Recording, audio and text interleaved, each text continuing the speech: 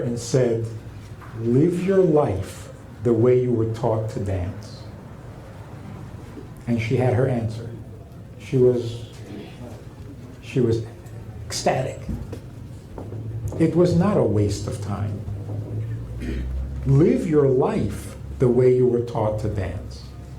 The harmony, the balance, all these things are not limited to a stage or to a performance. That's life. So everyone should be dancing through life.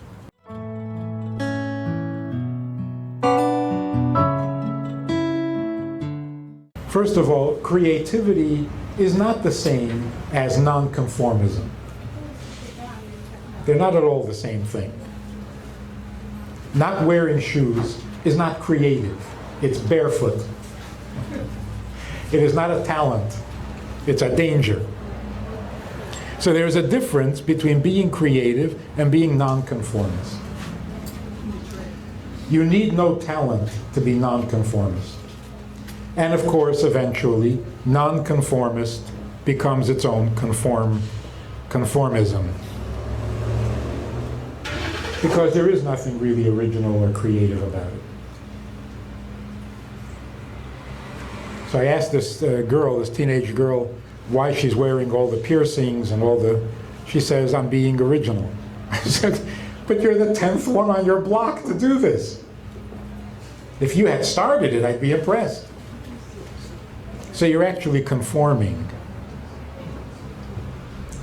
So what is true originality or true creativity? But we know that the truth is that if you want to discover your individuality, the only way to do it is to dress like everybody else, eat the same foods as everyone else, read the same books as everyone else, sing the same songs as everyone else, and then we'll see if there's anything original about you. True originality cannot be hidden or suppressed. If you are acting, dressing, eating, and reading the same as everyone else, on that background, your individuality will stand out. But if you dress differently, if you eat different foods, you read different books, is that original or just different? Is that really you, or is that the book you're reading? Or the clothes you're wearing? So seeing the difference between, let's say, one mashpia and another. This one's style is soft and inviting. The other one's style is sharp and biting. They read the same books. They ate the same foods. They sing the same songs and they wear the same clothes. Now you see individuality. How did this one turn out to be his way and this one turned out to be his way when all their lives they've done the same things?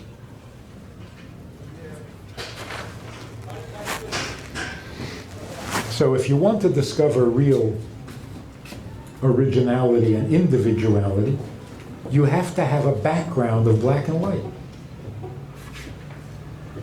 Well, let's take that a little deeper. There is a form of creativity that comes from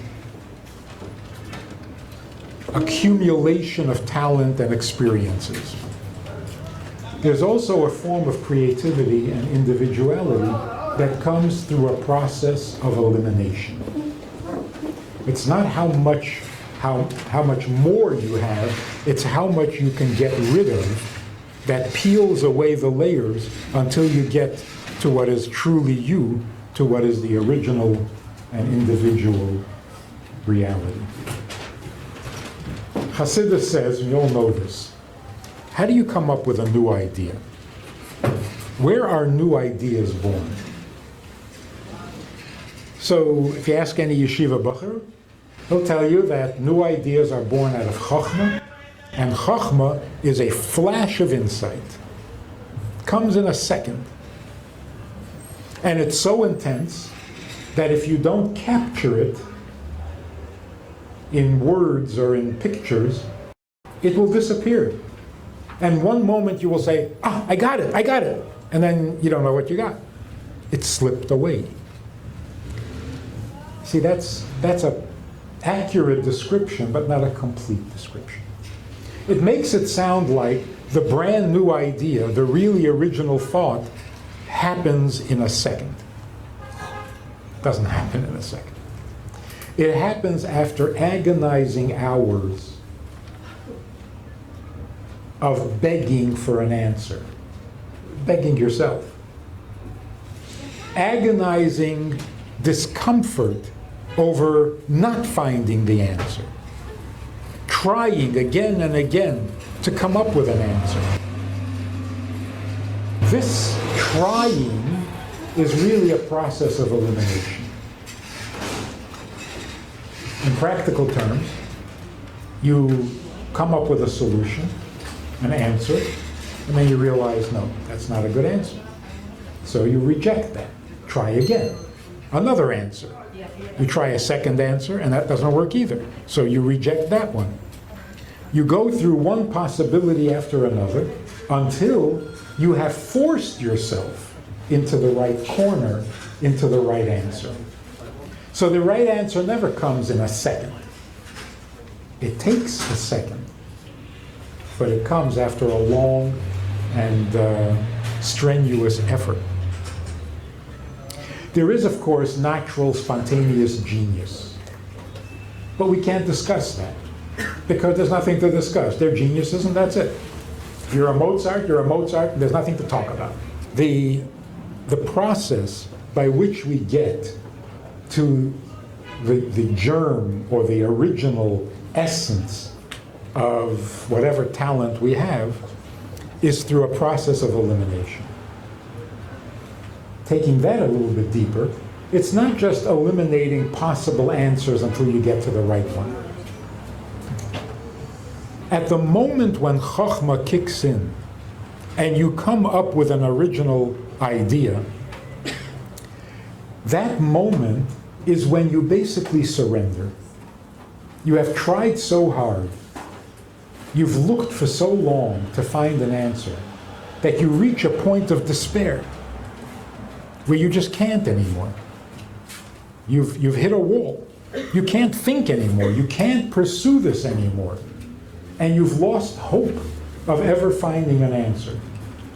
And that's when the answer comes.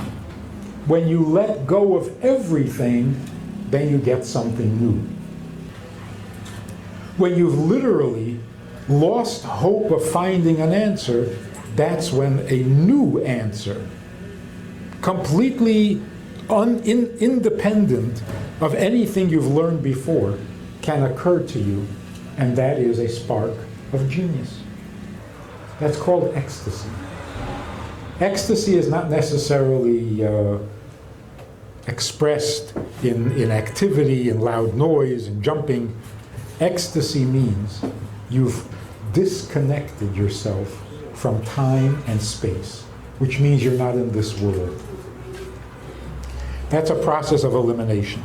Removing yourself from all things known and familiar to allow something new to germinate. It goes without saying that true creativity and genius does not in any way imply a license to be immoral. There is this notion that artists are above the law. That is not a process of elimination. That's a superego that could actually get in the way of creativity. Creativity is a result of humility, in the same way that beauty is the result of humility. All beauty comes from the absence of conflict. Colors that blend harmoniously create beauty. Anything stark is what it is, but you can't call it beautiful. So what is a beautiful face? You can't describe it in terms of measurement or size. The beauty of a face is the harmony of its parts. You take a really beautiful face and you change the nose to a beautiful nose from somebody else. Doesn't look right. It's no longer beautiful. Because that perfect nose does not fit this perfect face. So beauty comes from harmony, and harmony comes from humility, where one color gives another color permission to be. When we leave room for things to exist, then we can come up with new and original ideas. When we force things to be the way we think they should be, then we're just using old information and trying to squeeze new beauty out of the old information. That doesn't work. And maybe it does work, but it's not genius. It's not original. It's not truly creative. It's just manipulative. You can manipulate new information out of old information. It's not creativity or artistry. So real creativity comes, number one, on a background of black and white. What is, now work with it. What's white is white, what's black is black, now what can you contribute? But if you refuse to accept that black is black and white is white, then you're not adding to reality, you're just denying reality. And then you end up with strange results. Black is black, white is white. Is there something original you can add? That's truly creative. Secondly, how will you add to the black and white? Only through a process of elimination. If you can eliminate conflict, eliminate tension, eliminate the ugliness that comes from tension, then you have created beauty. You've created something meaningful. The painting, the composition, is supposed to capture something that is hard to capture. Something subtle, something elusive, something spiritual, intangible. And you're trying to capture it and contain it in something tangible. Now, the intangible does not allow itself to be captured. That's why it's spiritual.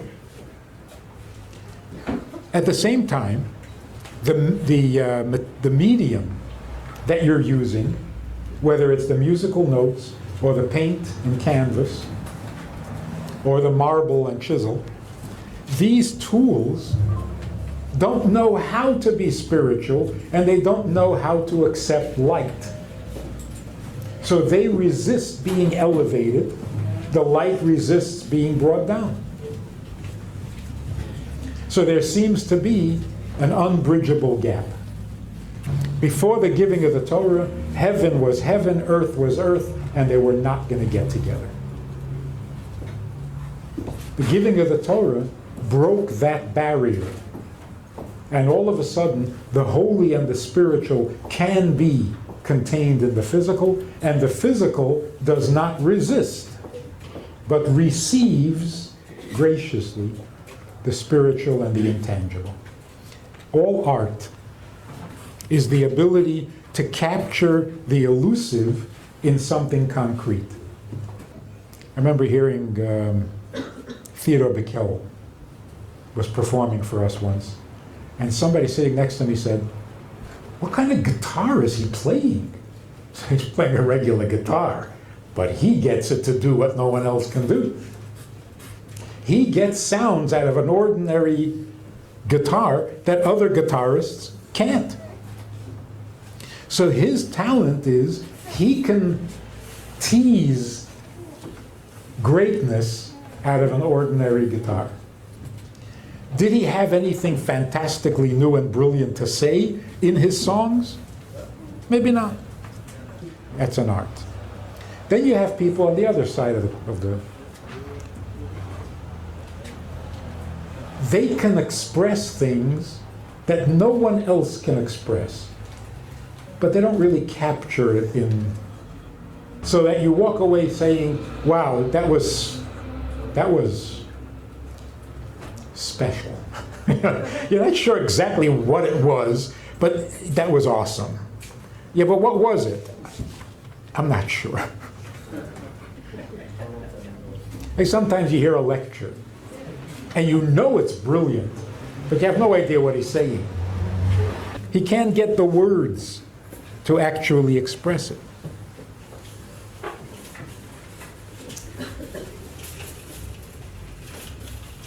Was it these great thinkers who stuttered? When they tried to express their thought, the mouth couldn't keep up. So some people have the talent of bringing the intangible closer to the tangible, and some have the talent of elevating the tangible to where it becomes a little intangible. Bringing godliness down or elevating the world. Some people have both talents. They're incredible in their conceptualization and incredible in their application. Talented on both ends. Like God. Both talents. So if you do that, if you bring the intangible to the tangible and make it a little more intangible, if it's a work of art, it is holy. Because the whole idea of holiness is to elevate or give prominence to the intangible over the tangible.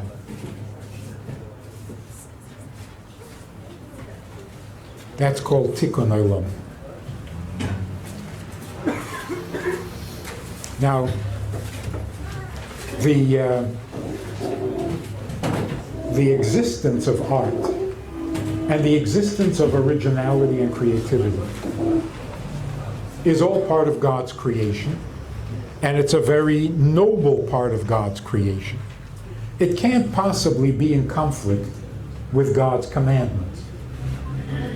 That wouldn't make any sense at all. Somehow, we're not going to get into it tonight, but somehow every mitzvah you do should enhance your art, not hamper or stifle. Every mitzvah, everything that we do as Jews should improve our creativity, particularly with Hasidus. I mean, to put it in simplistic terms, part of the resistance to Hasidus was the resistance to creativity. Hasidus is essentially creative. It is original, it is creative, it elevates the ordinary and it captures the extraordinary. It's art. The world back in the times of the Baal Shem Tov, the Jewish world, as you well know, was not into art. They were into survival. And they were not doing that very well. So to introduce art at such a time felt very frivolous, it felt inappropriate, it felt scandalously irreverent. We've got serious problems.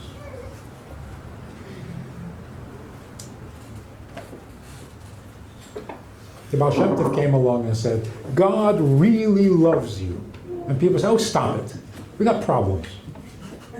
Get real. What's with this love?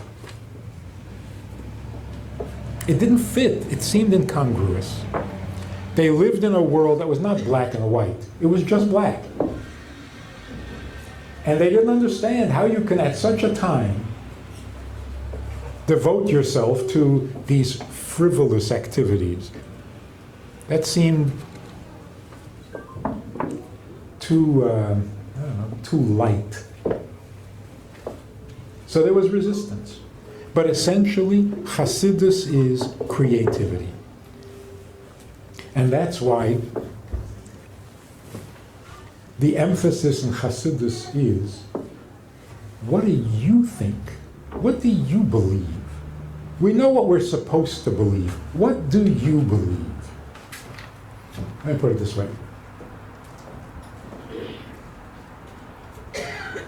God didn't create the world to see what he is capable of. It was not an experiment. God created the world to see what you're capable of. That's the whole point. What have we come up with? And whatever it is we have come up with is endlessly pleasing and beautiful to an infinite God. So, practically speaking, to be truly creative, you have to create a background of black and white.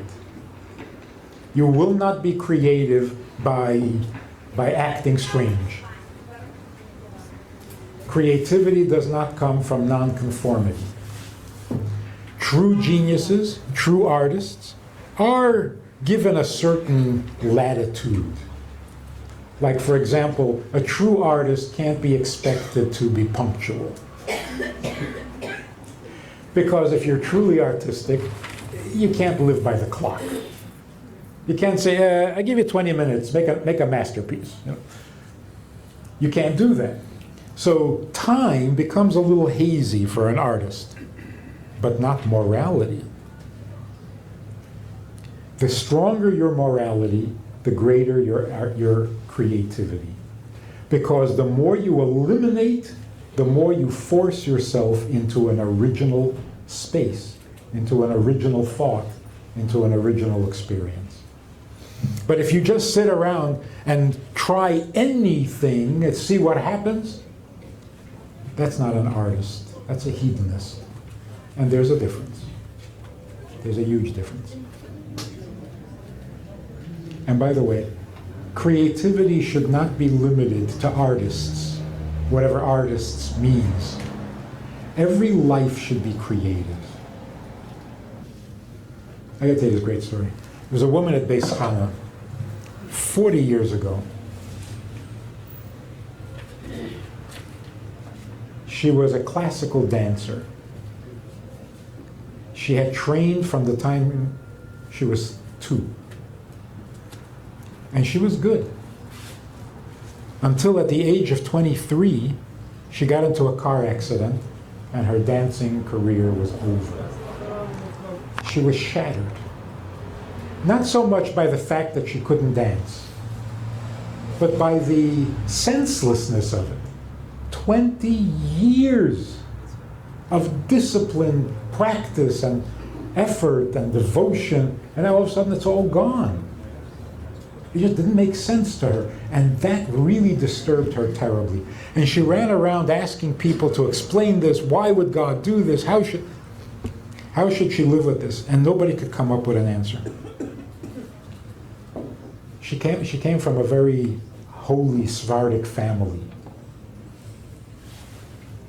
Traditionally, her family was already not observant, but the history of their family was.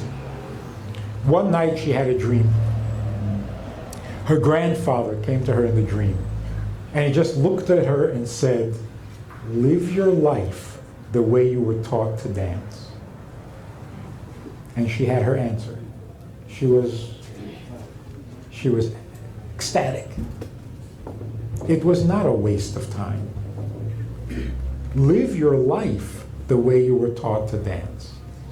The harmony, the balance, all these things are not limited to a stage or to a performance. That's life. So everyone should be dancing through life. Everyone should live gracefully. Everyone should live in harmony. That's life. A bacher sitting in yeshiva should be an artist. The art of learning, the art of understanding, the art of study.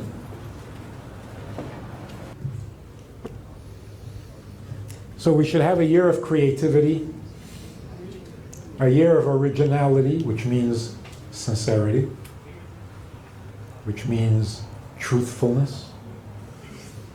And all of this beauty that we add to the world should overwhelm the ugliness in the world and the tension in the world and the inharmonious aspects of the world until the world is ready to be a keli for the ultimate light. And a keli means no resistance. Partner with Rabbi Friedman. Visit itsgoodtoknow.org/support.